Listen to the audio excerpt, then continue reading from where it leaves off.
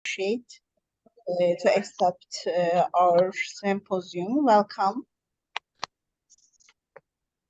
Thank you very much. I would like to thank you, particularly Dr. Since yesterday, as I know, Hassan said to talk. I would like to thank Professor Omer Turkmenoglu and Professor Yilma for their welcoming. So I'm going to share screen now. Yes. I would like you to tell me if you can see everything. And I'm going to talk about music and musicians in ancient and Coptic Egypt. And Egyptian music and Coptic music, I think it's a real hoard in the general humanities art. Documentation on ancient Egyptian music is rich and varied.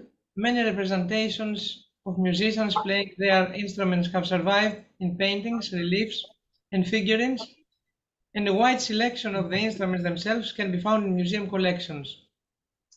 Studies of the instruments have been carried out and attempts made to define the music played on them. Drawing on all this evidence, I'm going to present you a short and concise overview of music in ancient Egypt. As you can see here, there is a very beautiful boat-shaped harp, a lute. They had two types of lute, a double oboe, a dancing figure, a double oboe, and a lyre here with a drum.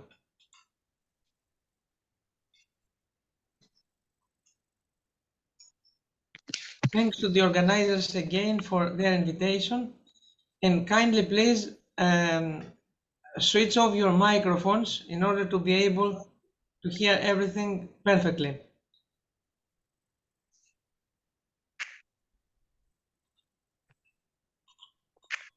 So here you can see one of the two trumpets of Tutankhamun, that is the copper trumpet, and its core that is of wood. We're going to talk about this with examples a little bit later.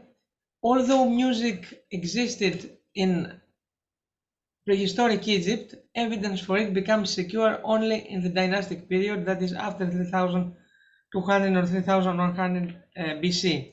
Music was an important part of the ancient Egyptian religious and social culture. It reveals a highly civilized nation, seeking to reach the divine through melodic sounds. Herodotus was also very impressed by their music. Ancient Egyptians did not, as we know in his second book, Efterpi, he describes Egypt and the strange, between brackets, Egyptian customs. Ancient Egyptians did not notate their music before the Helleno-Roman era, thus any attempt to reconstruct pharaonic music remains speculative. Representational evidence can give only a general idea of the sound of Egyptian music, but not the exact sound. We're going to say some things about the Egyptian musical modes. Musicians, singers, and dancers. Musicians, dancers, singers occupied a variety of positions in Egyptian society and religion, like, for example, the temple chantresses, the Shemayut, or the dancing priestesses, the Ihebut, being praised for their art and skills. In the National Archaeological Museum of Athens, there is a mummy of an Ihebut Netmenu, a dancing priestess of the god Min, whose mummy has passed from CT scanning, and we found very interesting finds in her body. Both male and female voices were frequently used in ancient Egyptian music. Professional musicians existed on a number of social levels in ancient Egypt. The highest status belonged to temple singers, a position of high status frequently held by noble women. Musicians connected with the palace were held in high esteem, as were certain gifted singers and blind, usually blind, harp players. We know this legend that Homer, for example, was blind. Probably it comes from ancient Egypt. Somewhat lower were musicians who acted as entertainers for parties and festivals, often accompanied by dancers. And we have also some erotic skins concerned with this last. Musical instruments. All major categories of musical instruments were in use in ancient Egypt: percussion, wind, and stringed. Percussion, like hand drums, rattles, castanets, bells, tambourines, cymbals, and the sistrum, of course. We're going to analyze the sistrum in this lecture. That is a kind of rattle with a particularly important metaphysical significance. It was one of the three sacred symbols of the goddess Hathor, who was the goddess of love, music. Also, the Greeks during the Ptolemaic and Helleno-Roman periods were identifying Hathor with Aphrodite. Hand clapping was also used as a rhythm accompaniment. Wind instruments included flutes, double and single, or oboes, with reeds or without, clarinets and trumpets. Stringed instruments included harps, lyres, and lutes, plucked rather than bowed. They were frequently inscribed with the name of the owner and decorated with representations of the goddess of music Hathor, or of Bes, or of the son of Hathor and Horus, Ichi. Here you see the figure of a lady that is a priestess of Hathor. We know this because she is holding one of her three sacred symbols, the menit collar. That is a collar, a normal collar she is wearing, but she is holding also the menit with a counterpoise, the golden one, and the other part is the real collar that can be expanded. Kindly please switch off your microphones. Music was considered as a means to adore the divinities and help in prayers and in chanting hymns. It was thought of as a proof of the world's inherent harmony. This idea by the Egyptians was incarnated in goddess Maat, the goddess of truth, justice, and cosmic harmony. Some colleagues identify her with the ancient Greek goddess Themis. I prefer to identify her with either Adrastia or Anangi. And harmony, of course. Ritual temple music, music was an integral part of the religious worship in ancient Egypt, and it is not surprising that there were gods specifically associated with music, such as Hathor, Ichi, and Bes, also associated with dance, fertility, and childbirth. Ritual temple music was largely a matter of the rattling of the sistrum, accompanied by voice, sometimes with harp, or sometimes with percussion instruments. Music was part of the religious ritual, and musicianship was highly valued and mentioned on various mortuary stelae. We're going to see attestations of the ancient Egyptian music. Here you see the double flute and the lyre with a drum that acts like a resonance box. From the tomb of Nebamun, you see dancers, dancing girls, and almost completely naked, wearing one of them a collar, and musicians like the oboist with a double oboe, and the clappers. Here you can see the whole skin, a greater detail of the skin. Sometimes we know the words of the songs they were singing.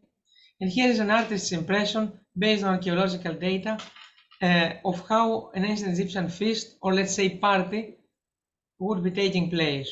You see a boat-shaped harp, a double oboe, and a drummer, and also the noble people enjoying life and enjoying their banquet. This famous skin again from an ancient Egyptian tomb with a very big harp with many strings, boat-shaped, a lute, a dancing girl, a double oboist, and a lyre player. The lutenist, you see how she is playing her lute. And here we go to the tomb of Inherkhau in Deir el-Medina. Inherkhau and his wife are enjoying life post-mortem after their death. That's why they're wearing white clothes, white linen. They are considered to be innocent or true of voice. They have been judged by the Supreme Court of Osiris, and they passed in the afterlife in the Egyptian paradise as innocent, dead to continue life in the hereafter. Here you can see also some of the traditional techniques of ancient Egyptian art. That is, you don't have any perspective, it's flat, like in Coptic or Byzantine icons, but you see here them in profile. However, their eyes, you can see almost face on or 3/4. The harpist is blind. Another technique of the ancient Egyptian art, exactly because they didn't have any perspective, he puts the small reed mat where the harpist is supposed to kneel, like having 90 degrees. One cannot stand on the edge of a mat, as you can understand, but it's a technique. And you can see his very interesting harp with a head of Horus or Rahorachti on top. He is holding a Sekhem scepter or Khereb scepter, that is a scepter for the consecration of offerings or a scepter of power. To compare with a modern harp. And here you see the title, one of the titles of his wife is Shemait, Shemait net Amun Ra, songstress or chantress of Amun Ra. Again, a ladle-shaped harp and a lutenist playing her lute. Boat-shaped, the lutenist, male lutenist here, and a double oboist. We know their names also. Another harp, and skins from a banquet from the tomb of priest astronomer Nacht in Thebes. You see on the lower row the gentlemen holding lotuses, lotus flowers, and having cones of myrrh on their heads. Musicians, here is a lutenist, and dancers, many offerings, a blind harpist, and the ladies on the upper row with cones of myrrh on their heads. These were like the ancient Egyptian parfumerie. They were based on wax and myrrh and contained other aromatic substances. So as the temperature of the body was getting higher, it was starting to melt and perfume their bodies. The ladies are offering to one another small flowers of mandragora, and they are holding also lotus flowers. This skin comes from a temple representation. Here you have the harpist and the clappists in a temple.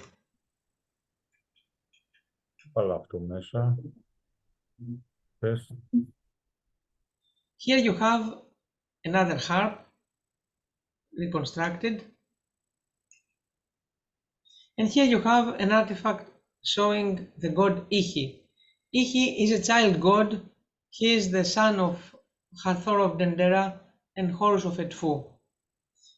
Once per year, these gods are meeting, and from their union, a child comes, Ihi, the son of Hathor and Horus, dancing on a lotus flower, thus incorporating also some of the properties of god Nefertem, who is the god of perfumes and lotus.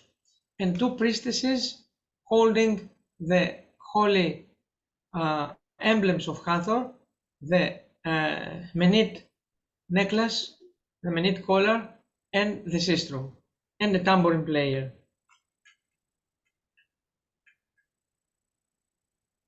musicians and dancers, but the musicians are also dancing.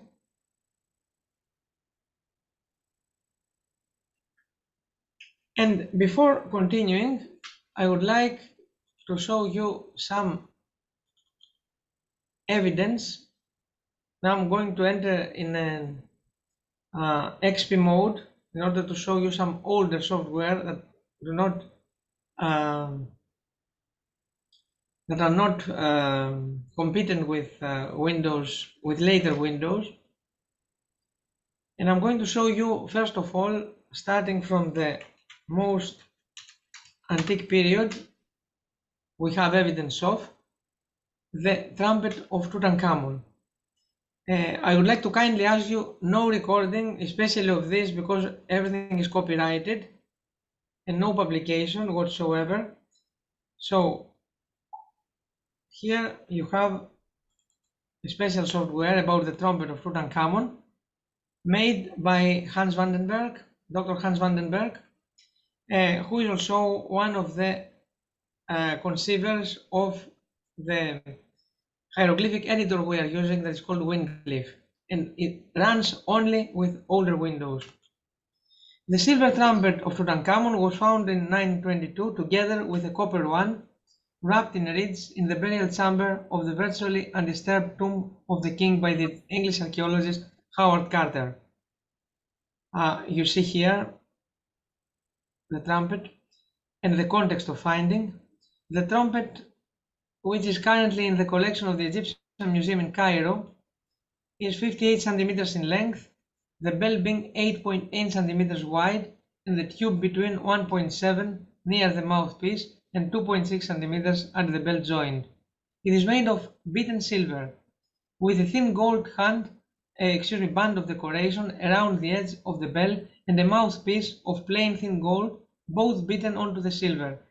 The conical tube and the bell were made in two separate pieces, soldered together with silver. This is from the book of Lise Manike, the article of Lise Manike, and her book, Music in Ancient Egypt. The two trumpets from the tomb of Tutankhamun, one silver and one copper, are not the only ones surviving from ancient Egypt. At least one other example of unknown provenance is conserved in the Louvre Museum in Paris, made of bronze, but has a much wider bell, 16 centimeters in diameter. It probably dates from the Ptolemaic period. In ancient Egypt, the trumpet, called sheneb, seems to have been primarily a military musical instrument. As such, trumpets are found in proximity of the king, in battles, and escorting military parades. Only a few instances of the use of the trumpet for cultural ceremonies have been found, and you can see the book by Christian Ziegler, Catalogue des instruments de musique égyptiens au musée du Louvre. So, you can sound now the trumpet, played by an famous English musician in 1939.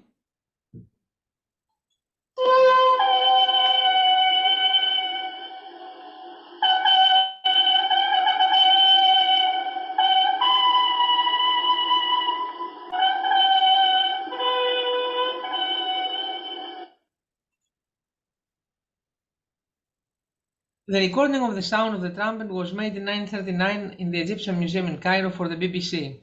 The recording is so unique because since their discovery, the trumpets have only been played on very few occasions. Considering their fragile state of preservation, it is very unlikely that any more attempts will ever be made again. Owing to its fragility, the original silver trumpet has been played only twice in the spring of 1939, when a modern mouthpiece was inserted. At the first attempt, the trumpet was shattered, but it was restored immediately and survived the eventual broadcast. The notes obtained by the military trumpet after the restoration were C, E, G, and C, as is referred to the book of Lise Manike and her articles. The story of the recording of which this is based may be found in the listener 19 December 1946 and 13 April 1972. And once more,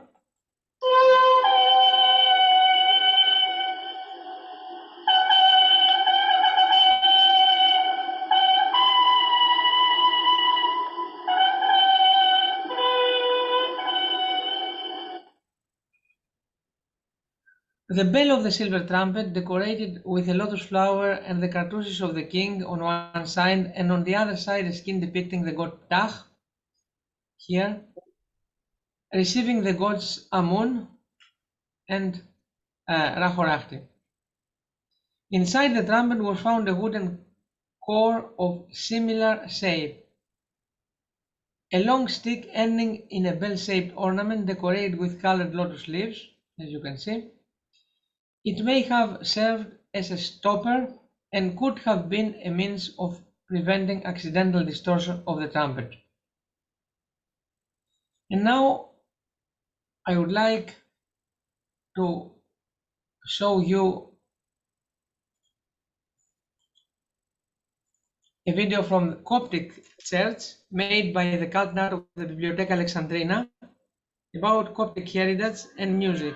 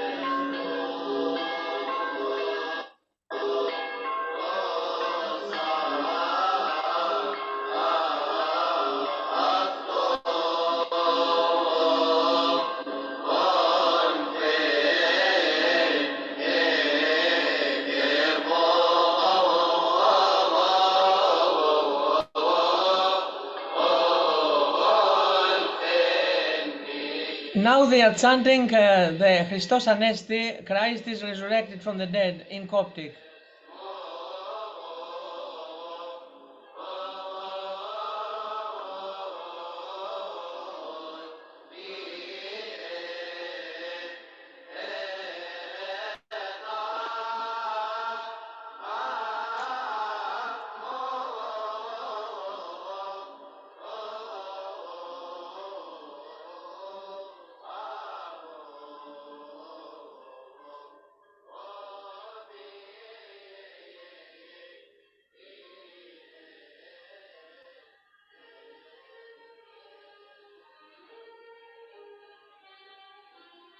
And now we leave religious music and we go to everyday music, folklore.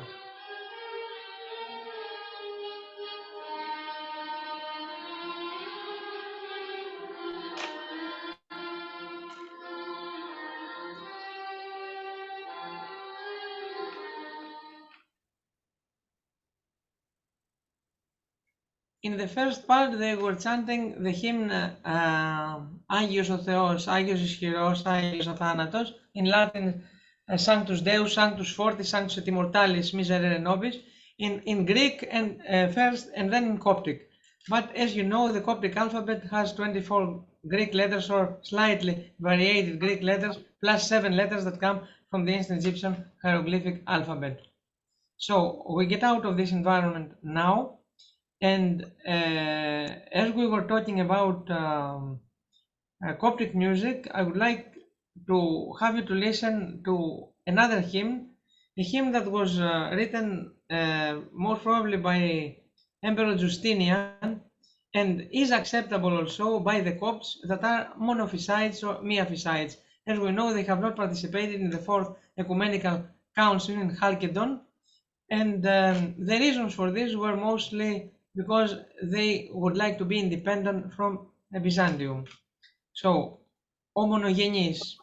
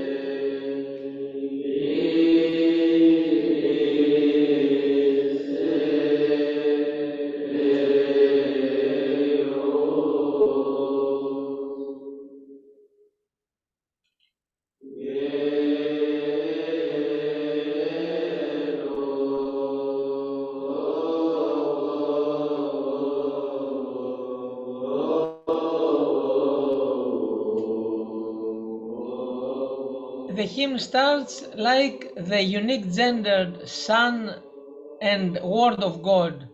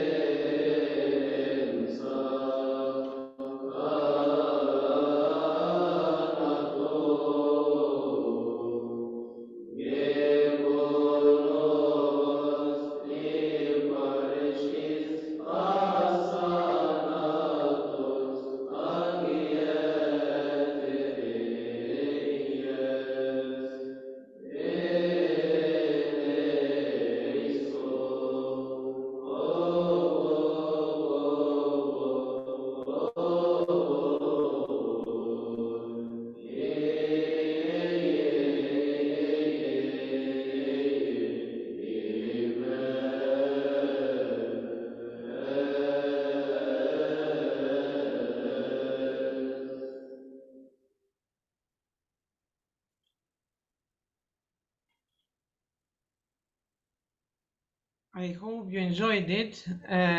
Egypt is a very unique country from every aspect. You have the river, the Nile, that symbolized by Osiris, and the fertile land symbolized by Isis.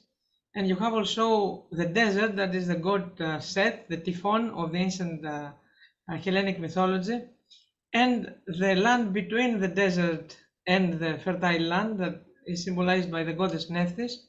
And there is a continuous fight between the good and evil, between the desert and the river.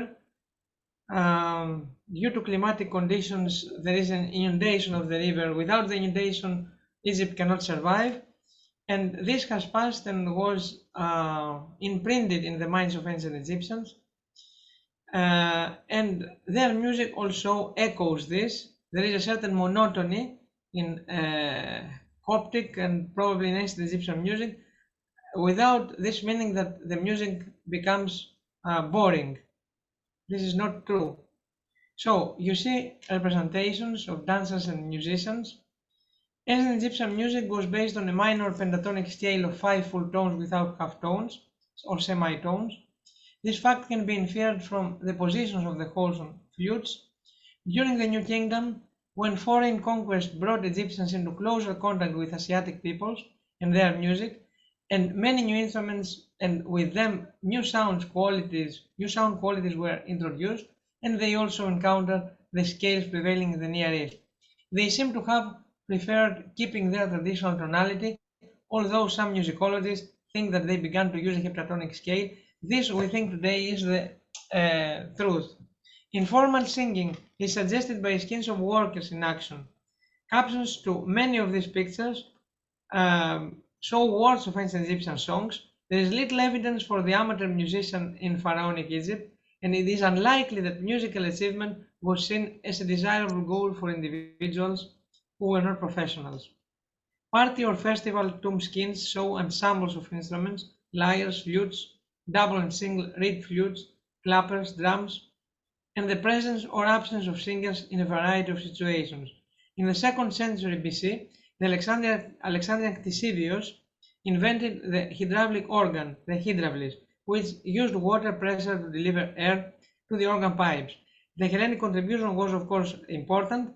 Apart from a number of depictions, little is known about ancient Egyptian dancing. It seems to have been unisex. Egyptian choreography appears to have been complex. Dances could be mimetic, expressive, similar to modern ballet, with pirouettes and the like, or gymnastic, including splits, cartwheels, and backbends. Few pictures of acrobatic dancers have been found, generally depicting a number of dancers performing the same movement in unison. Here is a sistrum, a metallic sistrum, actual sistrum played by the priestess of Hathor in temples. The ancient word is seseshet, a comemetic. Another one with the head of Hathor, Bes, and sometimes a cat, like Bastet, the Egyptian goddess of love. This is the drawing of a sistrum. And another skin with a boat-shaped lyre and lute and double oboe, and a lot of flower offerings. Ancient Egyptian bouquets are extremely unique and very beautiful. You see here the same skin. And Ramses II meeting with goddess Hathor. He is holding ceremonial sistra, not actual sistra, with the Neos, with the Ureus, the cobra, and Hathor heads. And she is welcoming him, telling him that she is offering him life, and that her heart is very happy on gazing his beauty, giving him life forever, with a lot of jubilees, to celebrate jubilees. Here you can see a back bend from an ostragon, and here more skins of music and dancing, another sistrum, and a ceremonial sistrum made of faience. This is of bronze with a Hathoric head. Hathor is partly a human female, partly bovine. You see the ears are like the ears of a cow. All of these are symbolic. Dancing with a lot of stances and pirouettes. And the couple of dead, the husband is a priest. We know it because he is completely shaved in his head, and the wife is a priestess of Hathor holding the sistrum, meeting with the Mehitueret, an allotropic form of Hathor, in the western hills of the necropolis. A ceremonial sistrum And if we go to the tomb of Sonegem, the mayor of Thebes, we're going to see him in many depictions, in one of which with his daughter, Zatef Merev, his daughter whom he loves. And his daughter is Semait Net Amun-Ra, Chandra's of Amun-Ra, and her name. Here is the Menit collar. So, in ancient Egyptian, to play music was Shema or Ihi, like the name of the child of Hathor, Ihi. A male musician is Shemau or chanter, a female musician Shemait, and the instruments are called Nethekhu or Khau. We have many representations. In the Egyptian parties, because of the great heat in Egypt, the high temperature, the Egyptians, all of them, men and women, were cutting their hair very short, and in the banquets, only in the banquets, they were wearing heavy wigs with cones of myrrh on them. Here is the counterpoise of a Menit collar with a cartouche of a Persian king, Darius. She is holding the sistrum and Menit collar, and the mirror are the three sacred symbols of goddess Hathor. Let's call this punch flute, clappers, and these clappers are also used as magical wands in order to make ceremonial and ritual movement gestures, for example, to draw protective circles around the beds of children or newborn babies to protect them from the evil. Made most of them from bone, from ivory, for example. Here we go to the harpist of Maat it's a later representation from the tomb of Ramses III. And actually here there was a gap in the original manuscript where the artist forgot to draw the symbol of Maat, one of the symbols of Maat, the feather of truth. Here is Bes. God Bes looks very ugly and angry, but he is not a malevolent divinity. He is doing these gestures in order to make the evil spirit, the demons, to go away and protect especially children and newly born babies. And his wife BC is dancing in the mythological cycle of ancient Greece with Demeter and Kore, Demeter and Persephone. BC is usually identified to Vavo, the old woman. In many Egyptian mastabas, tombs of the Old Kingdom, we see musicians playing, like for example the lutist, and chironomists. Chironomists were making special gestures with their hands in order to show them what to play. Shall we ever decipher this? We don't know. What is their actual meaning? Some now more about Pimosikon and Remen Kimi, the music of the people of Egypt, the music of the Copts. Kimi is the name of Egypt in Coptic, coming from ancient Egyptian Kemet, which means the black land. This means the fertile land.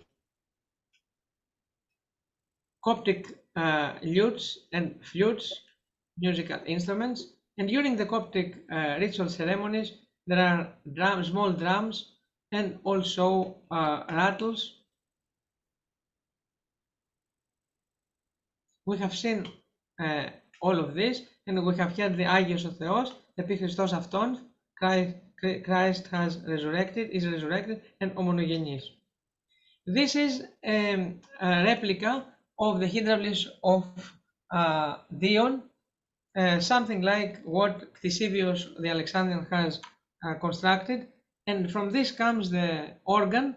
The organ was used actually in the Byzantine court, and especially during the period of Leon VI the Wise and his son Constantine VII the Porphyrogenitos, and ambassadors of Pepin le Bref, the French king or the French emperor, were amazed by this organ, so the Byzantine emperor offered them the musical instrument, the hydraulis or the organ, and it entered the Roman Catholic Church as the organ we know today.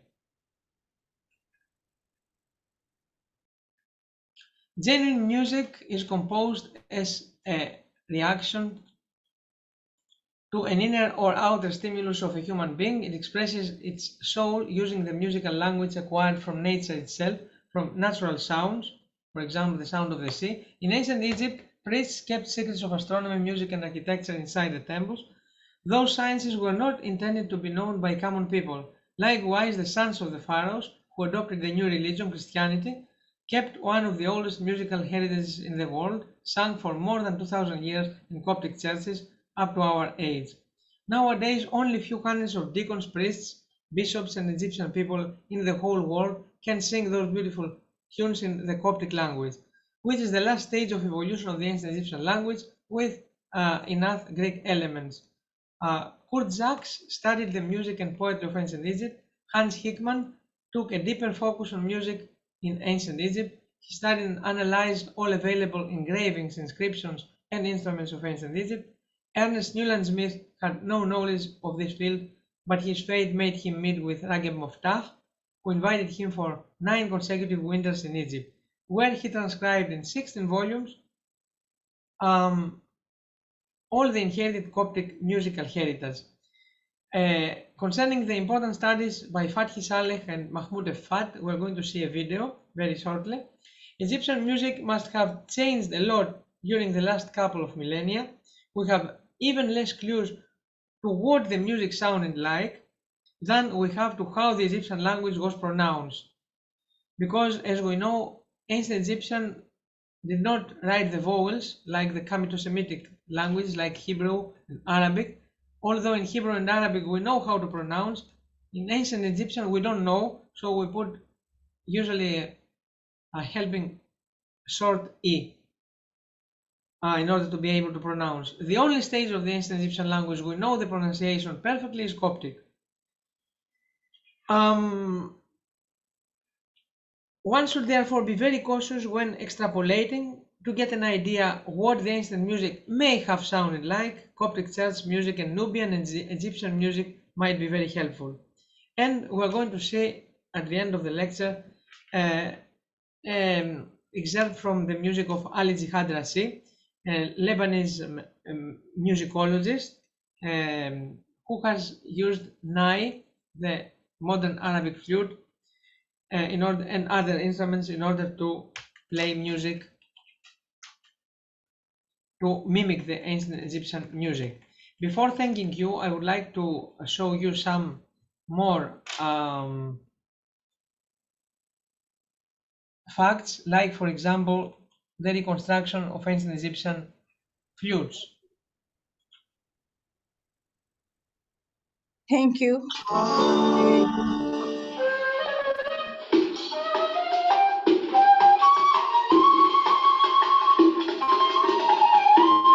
This is modern Arabic music at its finest.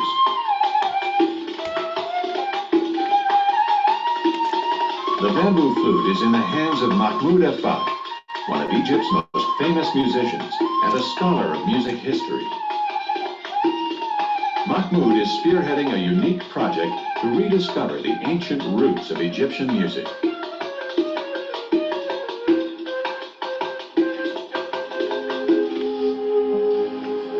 He's teaming up with the Egyptian Museum, home to a fine collection of old instruments.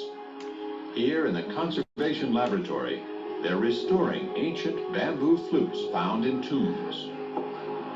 No one knows what Egyptian music was like 3,000 years ago. But these old flutes may be their best bet to find out.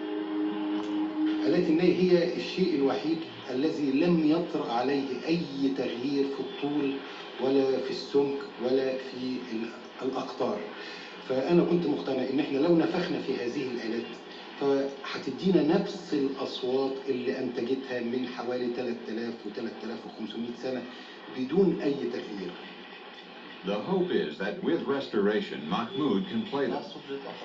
But that's very risky. These are fragile artifacts. Just blowing into one could shatter it. So while restoration proceeds, the research team will make exact replicas that can be tested safely. To guarantee an authentic sound, they have to capture every nuance of the original. Then Mahmoud calls on Cairo's bamboo merchants. It's a scene that hasn't changed much in 3,000 years. Like the ancient musicians, he wants bamboo with just the right resonance.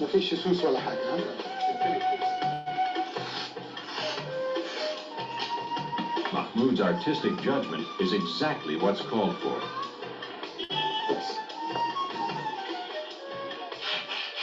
Then, step by step, a bamboo stalk from the banks of the Nile is transformed into the instrument that entertained the pharaohs. At least, that's what they're hoping for. And the researchers now have a precise replica to test.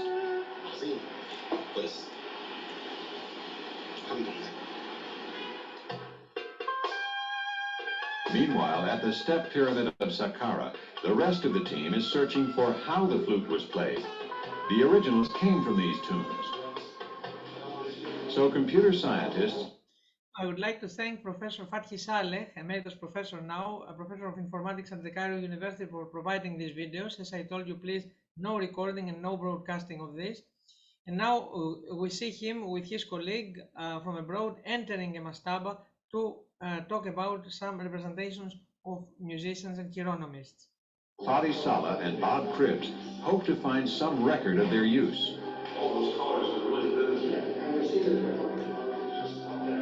In this 4,000-year-old painting, a band plays for the owner of the tomb. A singer harmonizing with harp and flute. But the flute pictured here is played differently from a modern one. That particular flute. Look how he has to stretch his chin up in the air and hold his hands very, very low. Yeah, that means the flute is producing a very, very low frequency note, and it doesn't exist in our time now. They hope to recover these lost notes with the help of a computer. Okay, I have this set up for 15 seconds. So Mahmoud brings his replicas to Cairo University, where Fadi and Bob are set up to analyze sounds on a computer. They've written software to study the frequencies, but when he starts to play, they don't even need it.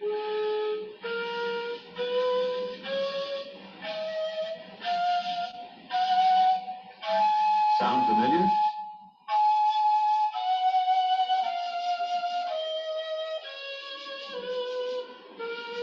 You don't need a computer to tell this is a modern Western scale.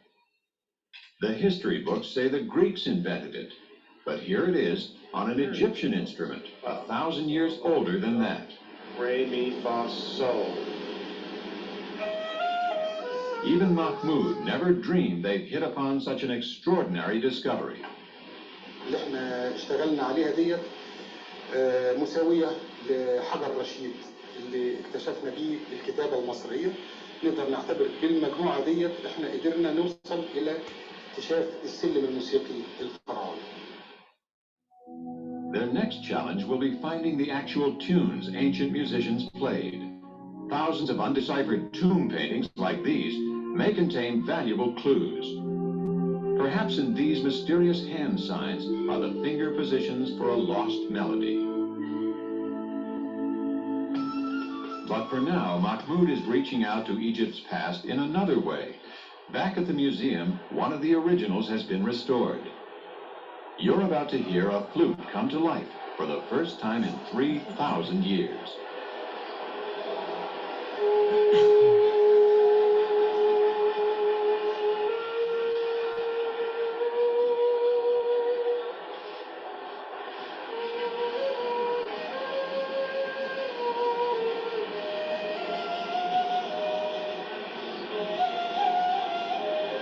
صوت جميل وعميق في أعماق النفس. الواحد بيحس بنغمات جميلة، ولكن أنا عشان أنا مصري والآلة مصرية فده إحساسي عليها. يعني إحنا الاتنين بنقول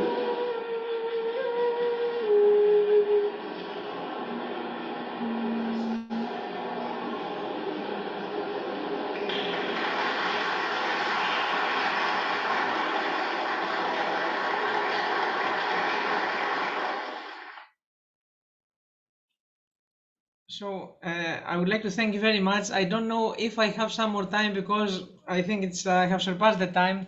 I couldn't have the time to show you some of the Aligi Hadrasi and something else. Do I have some time more? I don't know. I don't mean to usurp it. Please tell me. Dear Maravelia, thank you for your presentation. So excited. I watch every minute. And I think about our musical history, and especially Coptic music seems like our classical Ottoman music, nearly 15th, 17th century. Our famous composers, maybe you know, Utri, and their works.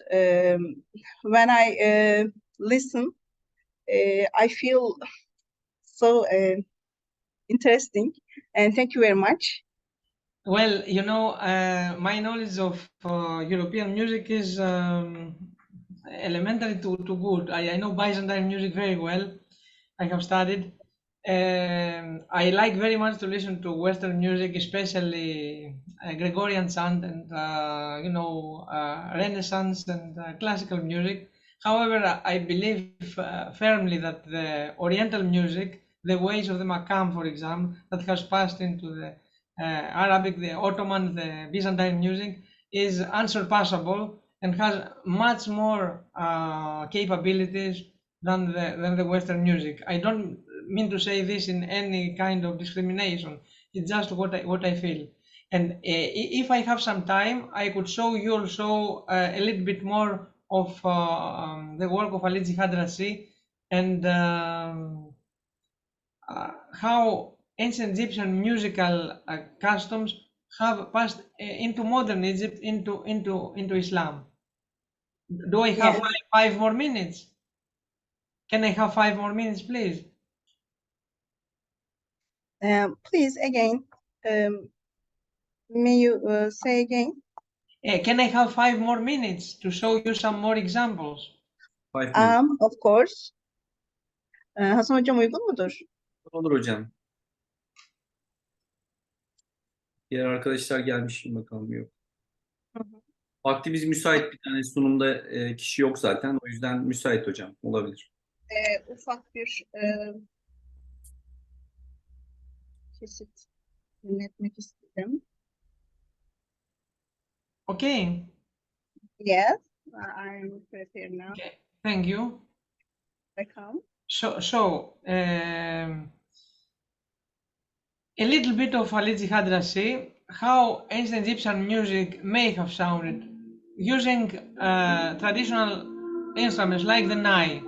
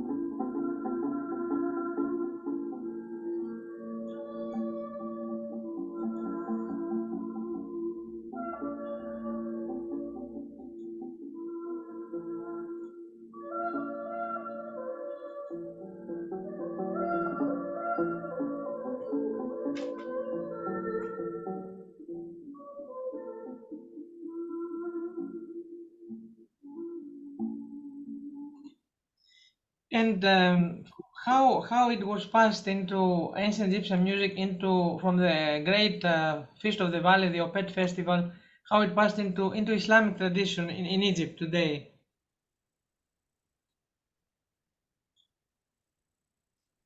I am grateful for the presence of all of you, especially from my colleagues, Professor Sherin Sadek, Coptologist from Cairo, and Professor Oliver Gerlach, very known musicologist. Sorusu var galiba hocam. Oliver Gerlach'ın.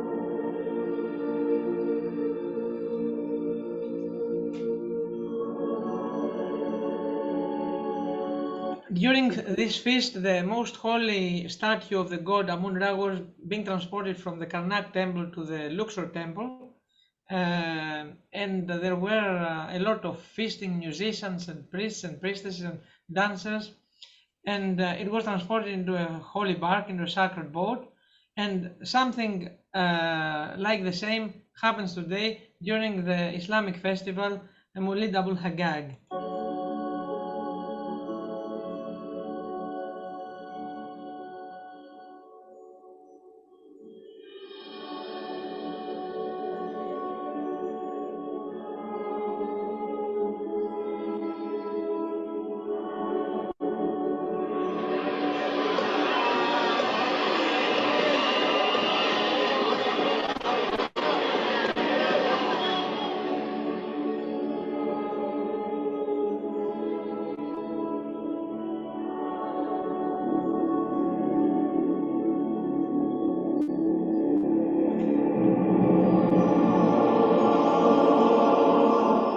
The pharaoh, Ramses II, sensing the sacred boat.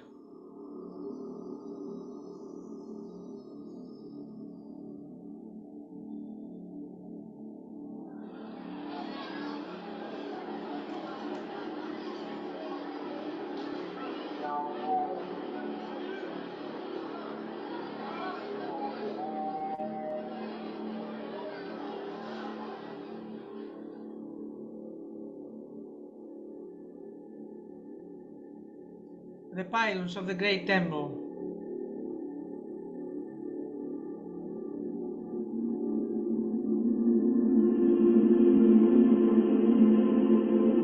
Sacred boat of the divinities of the triad of Thebes, Amun-Ra, Mut and Khonsu. Amun-Ra was the father, Mut was the mother, and Khonsu the child, the son.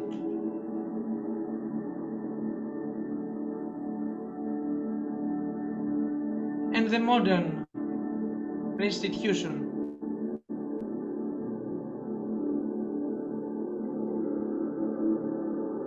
Near the ancient ruins.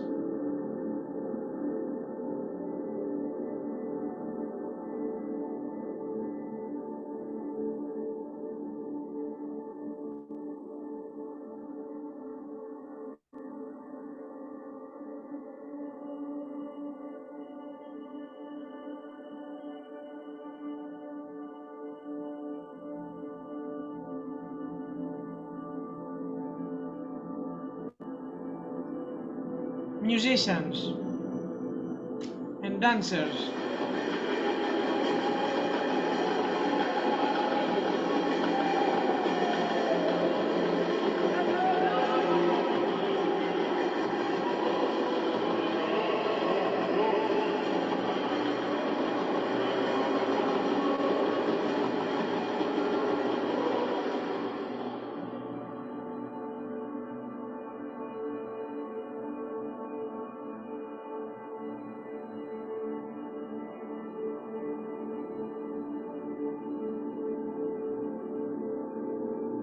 Again here.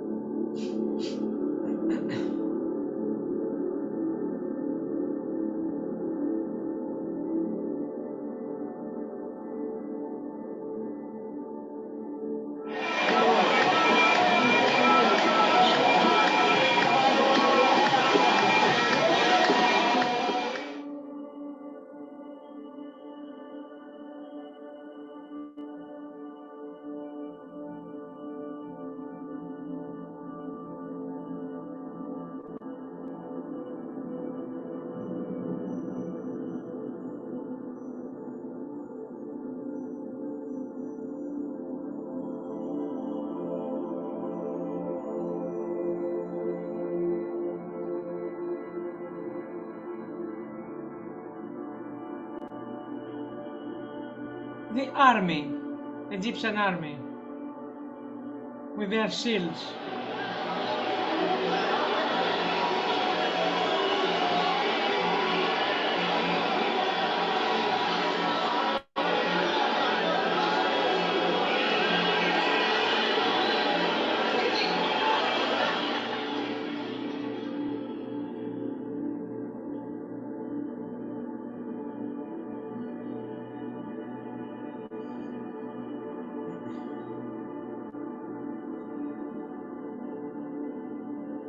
When you're in the park, mighty of prow, you appear beautifully, O Amun-Ra.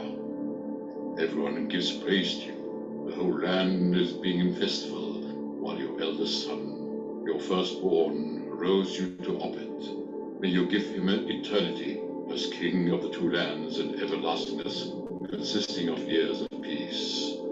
May you endow him with life, stability, and dominion, and establish him as a ruler of joy. May you reward him with billions and millions of jubilees. And may you promise him.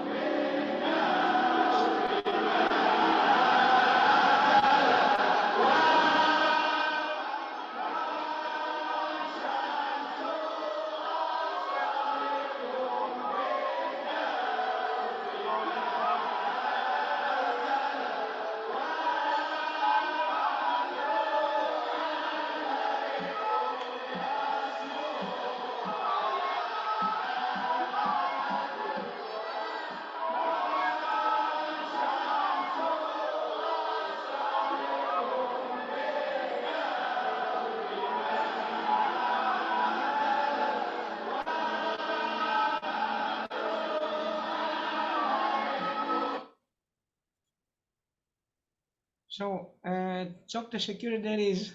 Thank you very much. Çok teşekkürler.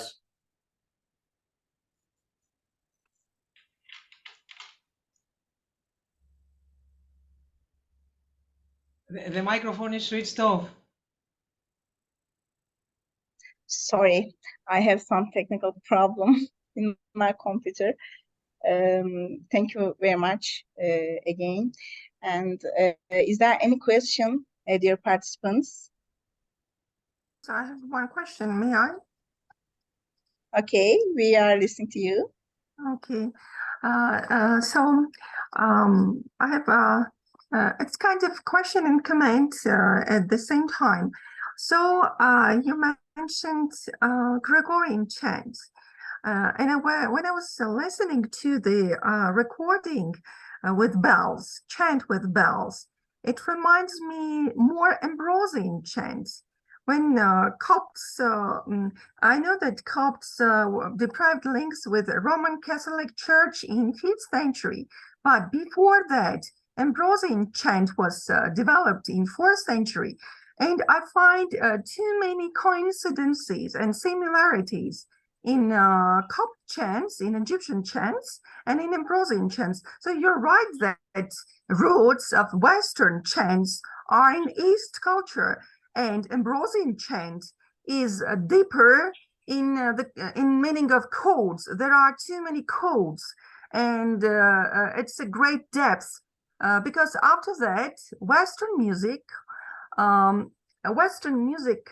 loses this depth and goes to structures, to estimation, to mathematics, to science. And I think that Ambrosian chants in 4th century are deeper than Gregorian chants, because Gregorian chants are Western chants, more Western chants than Ambrosian chants. And I find too many similarities, coincidences in music and structure of Ambrosian chants with your Coptic and Egyptian chants, because I saw the melody without beginning, without ending, without theatrical development. And I see more codes and more depths, and how to say, the archaic meanings in Asian music. And yes, I know that it's also connected with Ottoman music. So the East roots are evident in Western music. So thank you for your lesson and Thank you very much. I fully agree. You know, the Ambrosian chant is almost the same as Byzantine music. It's Gregorian chant becomes, of course, more mathematical. Maybe it reminds us of a bird flying over the mountains, very rhythmically. Yes. But yes, I agree. Thank you. And you know, of course, the work of Lykurgos Angelopoulos together with Marcel Perez in Ambrosian chant and the like. Thank you very much. Thanks. I think Professor Gerlach should say something because he is par excellence an expert in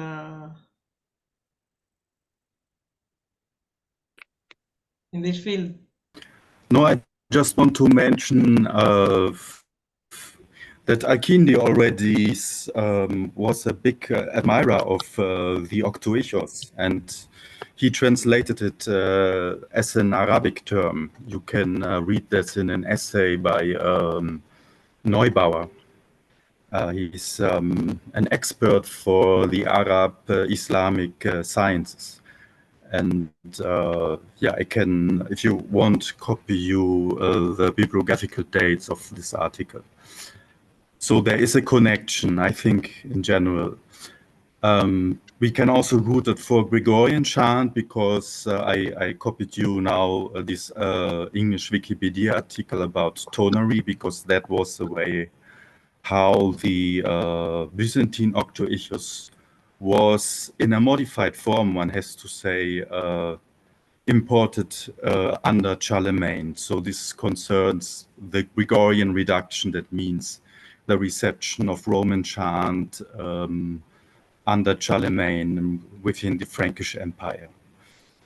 That means the chant, which was already composed, which was already memorized, was re-understood or reinterpreted according to model patterns of the system.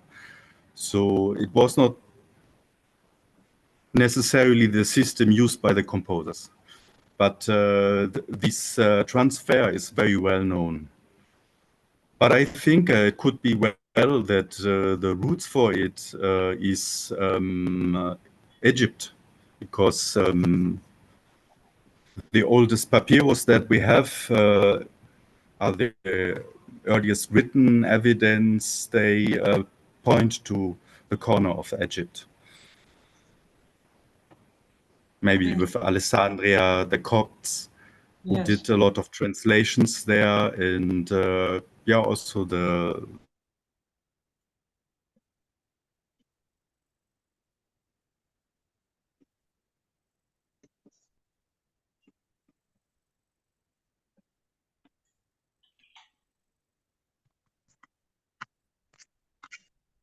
I'm afraid there is no sound now. Yeah. Professor Alicia.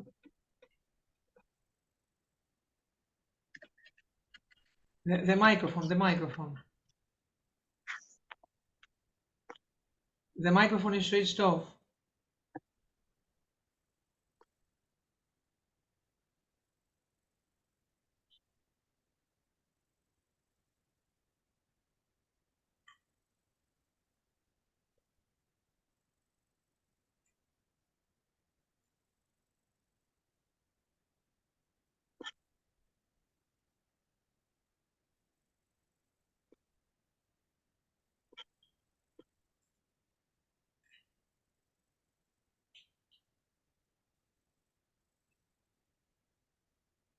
Any other questions, maybe, or comments? Professor Alicia, good evening. مساء الخير. مساء السعادة. How are you? I'm really happy to enjoy this very interesting lecture. Thank you very much. Until now, we use all these types of music, especially the first musical part played with the trumpet. Of course, there are different musical instruments displayed and preserved today in the Egyptian Museum in Tahrir. And of course, we have other artistic collections in the Coptic Museum. But really, my congratulations for such a lecture. Thank you very much. You are welcome.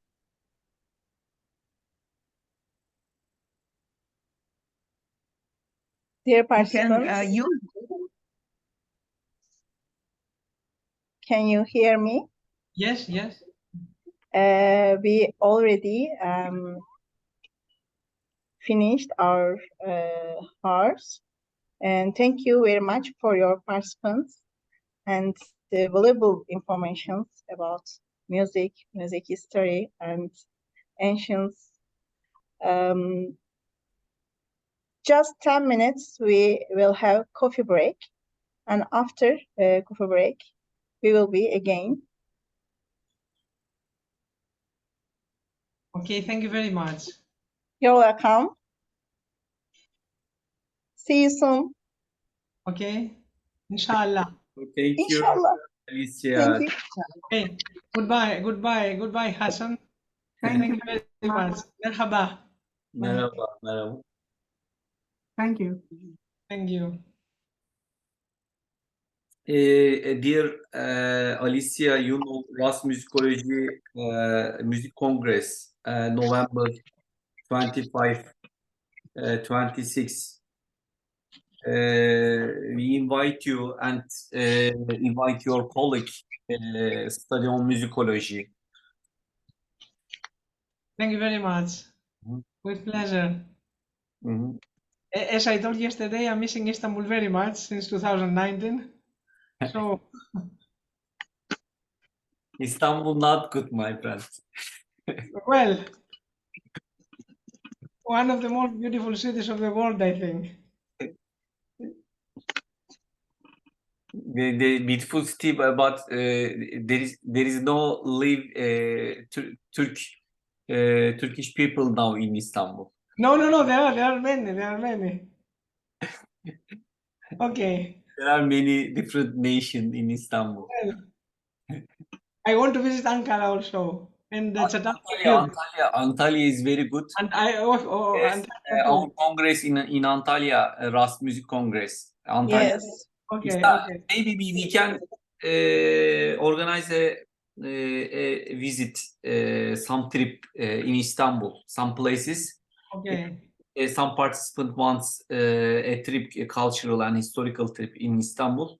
Maybe we can organize, no problem. Istanbul is good only visiting, not living now.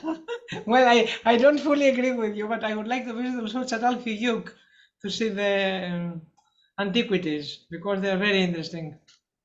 Your country is very good.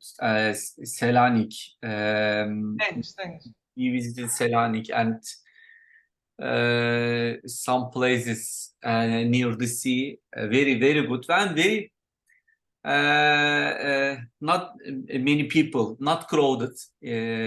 Grace, not crowded. But in Turkey, very crowded everywhere. Okay. Thank you, dear Alicia. Everything. Thanks, Hassan. Thank you very much. I'm very happy to be with you, and I hope you enjoyed. Although it was very lengthy, my presentation, I hope you enjoyed it. And these examples show, of course, this continuity, and this continuation can be found in many cultures around the Mediterranean in the frame of Oriental music and Western music also. Dear Alicia, Oliver Garlick study on musicology or Egyptology? Musicology? I'm sorry? Professor Oliver Garlick study on musicology? Musicology. He's very known, yes. Yes, you can invite our Congress, Ras Music Congress and Ras Musicology journals. You are in advisory board of Ras Musicology journals. Please invite him. Yes, I have informed him about Thank you. the past on the Here all over, you know, Ras Musicology Journal, Turkish music and all of musicology topics we publish. Ras Musicology Journal, Ras Musicology dergisi in Turkish. This is Rast is the makam we call in Byzantine music fourth plagal, Plagius Retardo. this is website Yeah. dergipark.org.tr Rasmede. Yes. The other congress, you can do a speech. You can do a Ras Musicology, Ras Music Congress.org.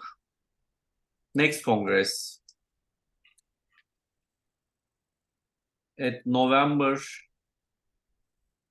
25, 26.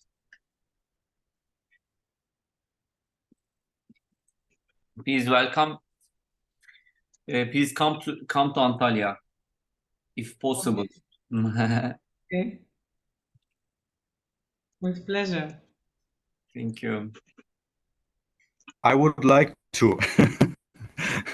Dear Oliver, we invite you also. Thank you.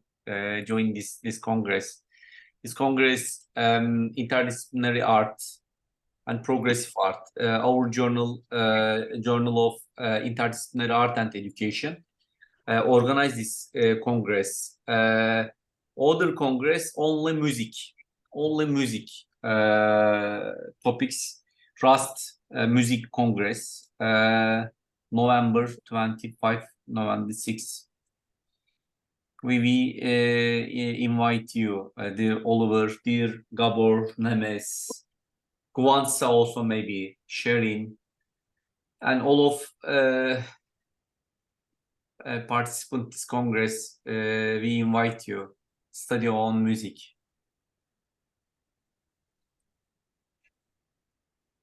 Now, I'm looking forward to it. thank you. The last session, 3 presentation from Turkey, Azerbaijan, and Turkey about music education and music studies and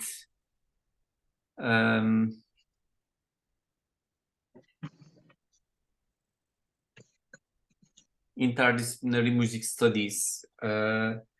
This session chair, moderator, associate professor Alper Şakalar.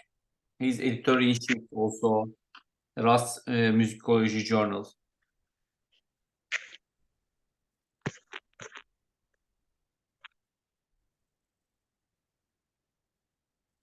Hocam Zümra Hoca burada, Melahat yok. Songül Hoca zaten bizimle birlikte. Zaten üçüncüsü yok. Günay Mamadova yok hocam. Tamam. 3 tane turum olacak. Melahat olmadığı için şey yapabilirim. Ben kısa bir şeyi vardı, videosu vardı. Onu yaparım. Tabii. Siz önce onu yayınlayın hocam.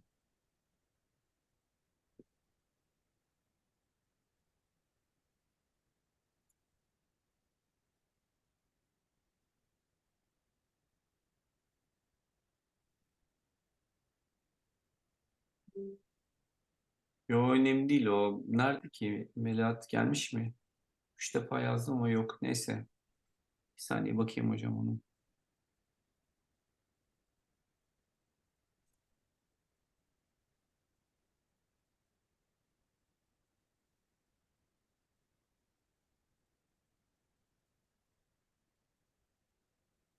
Sen Zümra Hoca'ya başlayabilirsin hocam. Ben biraz bulmam şey olacak.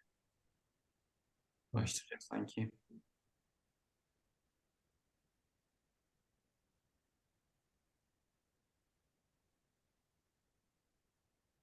Evet, değerli misafirlerimiz, işbirliği ve paylaşılan bilgiyle dolu bir ortamda bulunmaktan dolayı büyük bir memnuniyet duyuyoruz. kongremize katılan, sempozyumumuza katılan tüm araştırmacı arkadaşlarımıza teşekkür ediyoruz. Bu kongre alanında dünya genelinde uzmanları bir araya getirerek görüşlerin, keşiflerin ve işbirliklerinin doğmasını amaçlayan çok güzel bir organizasyon.